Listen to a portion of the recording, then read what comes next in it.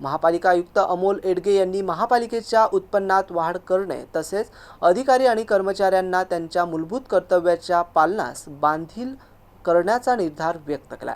याच उद्देशाने सर्व विभाग प्रमुख आणि वरिष्ठ अधिकाऱ्यांच्या संयुक्त बैठकीत येडगे यांनी अनेक महत्त्वाचे मुद्दे निश्चित करून त्यांची अंमलबजावणी करण्याचे आदेश देखील दिले।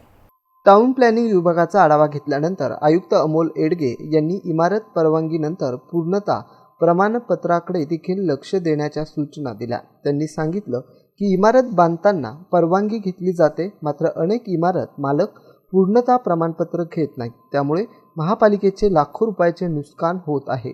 शहरात अशा हजारो इमारती आहे ज्यांनी बांधकाम परवानगी घेतली पण अद्याप पूर्णता प्रमाणपत्र घेतलेले नाही, त्यामुळे अशा इमारती शोधून त्याचे कंप्लीशन करण्याची प्रक्रिया सुरू करण्यात येणार आहे। अशा इमारती शोधण्यासाठी इंजिनियर आणि महाविद्यालयातील विद्यार्थ्यांच्या मदतीने सर्वेक्षण करण्याचे आदेश अमोल येडगे यांनी दिले। इंजिनिअरिंग विद्यार्थ्यांना परवानगी घेतल्यानंतर पूर्णता प्रमाणपत्र न घेणाऱ्यांची यादी देण्यात येणार आहे, ज्याच्या आधारे सर्वेक्षण केले जाणार आहे।